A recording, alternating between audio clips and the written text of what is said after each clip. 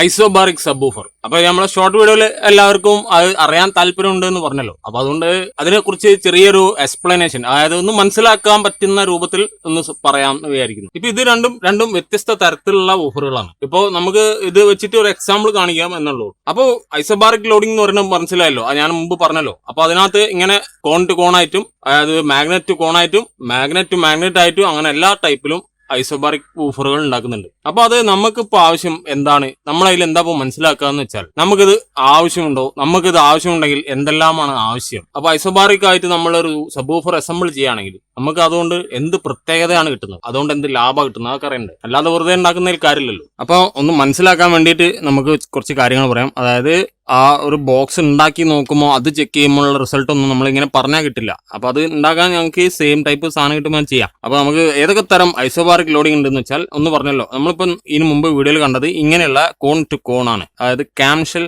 എന്ന് പറയുന്ന ഒരു ടൈപ്പ് ലോഡിംഗ് ആണ് ഈ കോൺ ടു കോൺ ലോഡിംഗ്.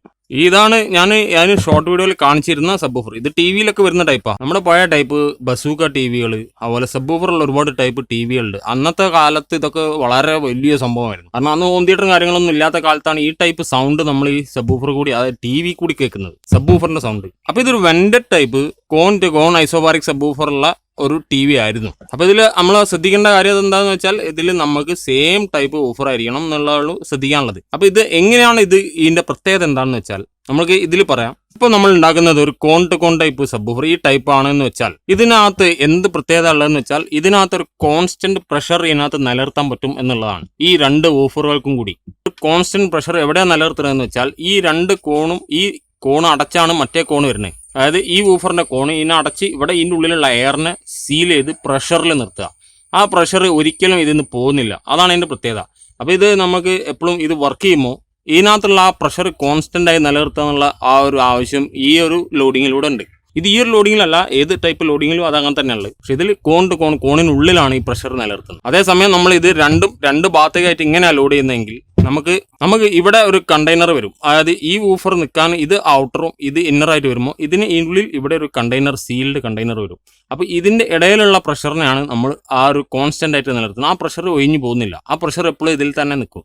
അതേ കോൺസ്റ്റന്റ് ഏത് തരം ഫ്രീക്വൻസിയിൽ അത് കോൺസ്റ്റന്റ് പ്രഷറായി നിൽക്കും. അതേപോലെ തന്നെ അതിപ്പോ മാഗ്നറ്റ് ടു മാഗ്നറ്റ് തിരിച്ച് ലോഡ് ചെയ്യുകയാണെങ്കിൽ അപ്പോഴും ഈ ഏരിയയിൽ ഉണ്ടാകുന്ന പ്രഷർ കോൺസ്റ്റന്റ് ആയിരിക്കും. അപ്പോൾ അതും ആ ഒരു കോൺസ്റ്റന്റ് പ്രഷർ നിലനിർത്തുന്ന ഒരു രീതിയാണ്. അപ്പോൾ അങ്ങനെ ചെയ്യുന്നത് കൊണ്ട് ഉണ്ടാകുന്ന റിസൾട്ട് എന്താണെന്ന് വെച്ചാൽ, നമുക്ക് ഇതിന്റെ ബോക്സ്, അതായത് 1 ക്യൂബിക് ഫീറ്റ് ബോക്സിലാണ് ഈ വൂഫർ വെച്ചിട്ടുള്ളതെങ്കിൽ, ഇതിനോട് കോൺ ടു കോൺ ആയിട്ടോ അല്ലാതെയോ എങ്ങനെയായാലും ഈ വൂഫർ നമ്മൾ അതിനെ ഐസോബാറിക് ആയിട്ട് ലോഡ് ചെയ്ത് കഴിയുമ്പോൾ നമുക്ക് ആ 1 ക്യൂബിക് ഫീറ്റ് 1.5 ക്യൂബിക് ഫീറ്റിലേക്കുള്ള വ്യത്യാസം കാണിക്കും. അല്ലെങ്കിൽ അതിന്റെ നേർ പകുതി ക്യൂബിക് ഫീറ്റ് ഉള്ള ബോക്സ് ഉപയോഗിച്ചാലും മതി എന്നുള്ളതാണ് അതിന്റെ മറ്റൊരു കോൺസെപ്റ്റ്. അതായത് മനസ്സിലായില്ല എന്നോട് പറയാം.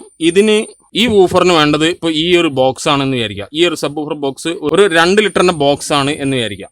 2 ലിറ്റർ എയർ വോളുള്ള സബ് വൂഫറിന്റെ ബോക്സ് ആണ്. അതേസമയം നമ്മൾ ഇത് ഐസോബാറിക് ലോഡിംഗ് ആകുമ്പോൾ നമുക്ക് അവിടെ 1 ലിറ്റർ എയർ വോളുള്ള സബ്വൂഫർ ബോക്സ് മതി. നമുക്ക് ആ 2 ലിറ്ററിന്റെ പെർഫോമൻസ്, അതിന്റെ ഫ്രീക്വൻസിയും എല്ലാം നമുക്ക് ഔട്ട്പുട്ട് കിട്ടാൻ. അത് ആ കോൺസ്റ്റന്റ് പ്രഷർ നിലനിർത്തുന്നതുകൊണ്ട് ഉണ്ടാകുന്ന ആ ഒരു പ്രത്യേകതയാണ്. പിന്നെ ഈ ഐസോബാറിക് ലോഡിംഗ് എങ്ങനെയൊക്കെ ഉണ്ടാകാം, അതായത് ഫ്രണ്ട് ഫയർ മാത്രമല്ല ചെയ്യുന്നത്. അതായത് നമ്മുടെ സാധാരണ ഫ്രണ്ട് ഫയർ ടൈപ്പ് ബോക്സ് മാത്രമല്ല ഈ ഐസോബാറിക് ആക്കുന്നത്. അത് നമുക്ക് ബാൻഡ് പാസ് ചെയ്യാം. ബാൻഡ് പാസ് സബ്വൂഫറില്ലേ, അത് നമുക്ക് ഇതുപോലെ ഐസോബാറിക് ലോഡ് ചെയ്യാം. നമുക്ക് സാധാരണ വെൻഡഡ് സബ്വൂഫർ നമുക്ക് ഐസോബാറിക് ലോഡ് ചെയ്യാം. അപ്പോൾ നിങ്ങൾ കണ്ടല്ലോ. അതേപോലെ സീൽഡ് സബ്വൂഫറും നമുക്ക് ഐസോബാറിക് ലോഡ് ചെയ്യാം. ഇത് മൂന്നിലും നമുക്ക് സെയിം എഫക്റ്റും പെർഫോമൻസ് എല്ലാം ആ വ്യത്യസ്തമായ രീതിയിൽ തന്നെ നമുക്ക് കിട്ടും. പക്ഷേ ചെറിയ എൻക്ലോസറിൽ ഉപയോഗിക്കാനാണ് ഈ ഒരു സിസ്റ്റം കൂടുതലായിട്ട് ഉപയോഗിക്കുന്നത്. ആ ചെറിയ എൻക്ലോസർ വെക്കേണ്ട അവസ്ഥകളിൽ നമുക്ക് നല്ല ആ ഒരു വലിയ ബോക്സിന്റെ എഫക്റ്റ് കിട്ടുന്നുള്ളതാണ് ഇതിന്റെ ഒരു റിസൾട്ട് പറയുന്നത്. പിന്നെ ഇതിന്റെ കണക്ഷനിൽ ശ്രദ്ധിക്കേണ്ട മറ്റൊരു കാര്യമാണ് ഇതിന്റെ കണക്ഷൻ വയറിംഗ്. അതായത് നമ്മൾ ഈ 2 വൂഫർ ഐസോബാറിക് ലോഡിങ്ങിൽ 2 വൂഫറും ഇൻഫേസ് ആയിട്ടല്ല കൊടുക്കാറ്. നമ്മൾ ഏറ്റവും കൂടുതലായിട്ട് ഔട്ട് ഓഫ് ഫേസ് ആയിട്ടാണ് കൊടുക്കുക. അതായത് ഔട്ട് ഓഫ് ഫേസ് എന്ന് പറഞ്ഞാൽ മനസ്സിലായല്ലോ, ഒന്ന് അകത്തേക്കും ഒന്ന് പുറത്തേക്കും വർക്ക് ചെയ്യുക. ആ രൂപത്തിലാണ് കണക്ട് ചെയ്യുക. അതായത് ഇത് അകത്തേക്ക് പോവുകയാണെങ്കിൽ ഇത് പുറത്തേക്കാ വരണ്ടേ, അതേസമയം ഇത് അകത്തേക്ക് പോവുകയാണെങ്കിലോ ഇത് പുറത്തേക്കാ വരണ്ടേ. ഇത് 2 അകത്തേക്കോ 2 പുറത്തേക്കോ ആയിട്ടല്ല നമ്മൾ കണക്ട് ചെയ്യുക. അതായത് ഔട്ട് ഓഫ് ഫേസ് ആയിട്ട് കണക്ട് ചെയ്യുക. പിന്നെ ഓംസ് മാച്ച് ചെയ്യാനോ വാട്ട്സ് മാച്ച് ചെയ്യാനോ നമ്മൾ പാരലൽ ചെയ്തോ സീരീസ് ചെയ്തോ ഇതിനെ ലോഡ് ചെയ്യാം. അത് നമ്മുടെ ആംപ്ലിഫയറിനെ ആശ്രയിച്ചിരിക്കും. അതെങ്ങനെയാണ് നമ്മുടെ വയറിങ്ങിന്റെ ആവശ്യം വരികയാണ്. നമ്മളിപ്പോൾ ഇത് ഇങ്ങനെ വെച്ച് ചെയ്യുമ്പോൾ നമുക്ക് ആലോചിച്ചറിയാം, ഇതിന്റെ വൂഫറിന്റെ പേപ്പർ അങ്ങോട്ടും അതിന്റെ വൂഫറിന്റെ പേപ്പർ ഇങ്ങോട്ടും വർക്ക് ചെയ്താൽ അവിടെ പ്രഷർ ഓവറായിട്ട് ഈ പേപ്പർ മൂവ് ചെയ്യാൻ പറ്റാത്ത അവസ്ഥയിലേക്കാവും. അപ്പോൾ എന്താ വേണ്ടത്, നമുക്കത് അതിനുള്ളിലുള്ള പ്രഷർ കോൺസ്റ്റന്റ് ആയിട്ട് അങ്ങോട്ടും ഇങ്ങോട്ടും നിലനിൽക്കാൻ വേണ്ടിയിട്ട് നമുക്ക് ഈ പേപ്പർ ബാക്കോട്ട് പോകുമ്പോൾ ഈ പേപ്പർ മുന്നോട്ട് വരണം. അപ്പോൾ അതുകൊണ്ട് നമ്മൾ ഇതിന്റെ വയറിങ് ഔട്ട് ഓഫ് ഫേസ് ആയിട്ട് കണക്ട് ചെയ്യും. അപ്പോഴേ നമുക്ക് ആ ഒരു ആക്ഷൻ, അതിൻ്റെ ഉള്ളിലുള്ള ആക്ഷൻ കറക്റ്റായി കിട്ടും. നമുക്ക് ഇവിടെ ബോക്സ് ആണെങ്കിൽ ഇതിൻ്റെ ഉള്ളിലുള്ള പ്രഷർ സീൽഡ് ആണെങ്കിൽ കോൺസ്റ്റന്റ് ആയി കിട്ടും, ഇവിടെ കോൺസ്റ്റന്റ് ആയി കിട്ടും. നമുക്ക് ആ ഒരു വേരിയേഷനുള്ള വളരെ വ്യത്യസ്തമായ ആ ഒരു ഫ്രീക്വൻസി ലെവൽ പുറത്തേക്ക് വെക്കും. നമ്മുടെ നാട്ടിൽ, എൻ്റെ നാട്ടിൽ ഇപ്പോൾ ഈ കോഴിക്കോട് ഇവിടെ ഒരേ ഒരാൾ, നമ്മുടെ പറമ്പിൽ ബസാർ എന്ന് പറഞ്ഞ സ്ഥലമുണ്ട്, അവിടെയുള്ള ഒറ്റ ഒരാളാണ് ഈ സാധനം, ഇതേ സാധനം ഈ ബാൻഡ് പാസ് ടൈപ്പ് കാണും, അതായത് ആ ടി വിൻ്റെ ഉള്ളിലുള്ള ആ സിസ്റ്റം കൊണ്ടുവന്നിട്ട് അയാൾക്ക് അതിൻ്റെ വലിയ മോഡൽ ഉണ്ടാക്കണമെന്നുണ്ട്. ഒരു ട്യൂബ് സബ്ബൂഫർ ഉണ്ടാക്കിക്കൊണ്ടേണ്ട്.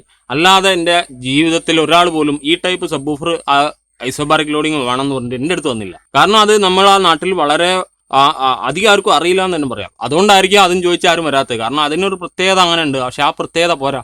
നമ്മൾ കണ്ട വിശ്വസിച്ച കാര്യങ്ങൾ മാത്രമല്ലേ നമ്മൾ ഉപയോഗിക്കുള്ളൂ. ഇതുവരെ കണ്ടിട്ടില്ലാത്ത, അനുഭവം ഇല്ലാത്ത കാര്യങ്ങൾ നമ്മൾ പറയുന്നത് കൊണ്ട് കാര്യമില്ല. നമ്മൾ ഇങ്ങനെ ചെയ്താൽ കിട്ടുമെന്ന് പറഞ്ഞ കാര്യമില്ല. അപ്പോൾ നമ്മൾ പ്രൂവ് ചെയ്യണം. അപ്പോൾ പ്രൂവ് ചെയ്യാൻ ആണ് ആ പ്രോഡക്റ്റ് ഒക്കെ എൻ്റെ കിട്ടുമ്പോൾ ഞാനത് എത്രയും പെട്ടെന്ന് അതിൻ്റെ ആ ഒരു റിസൾട്ട് നിങ്ങളെ ചെയ്ത് കാണിക്കാം. അപ്പോൾ നമ്മുടെ ചാനലിൽ ഒരുപാട് പേര് ഇപ്പോൾ ഈ ഒരു സംഭവം എങ്ങനെ, ഇതിൻ്റെ ഒരു പ്രത്യേകത എന്താണെന്ന് ചോദിച്ചിട്ടുണ്ട്. അതുകൊണ്ടാണ് ആ പ്രത്യേകത മാത്രം ഞാനിപ്പോൾ പറഞ്ഞത്. കാരണം അത് ആവശ്യം വരികയാണെങ്കിൽ നമുക്ക് റിസൾട്ട് അറിയാതെ എനിക്കൊരാളെ റെക്കമെൻഡ് ചെയ്യാനില്ല.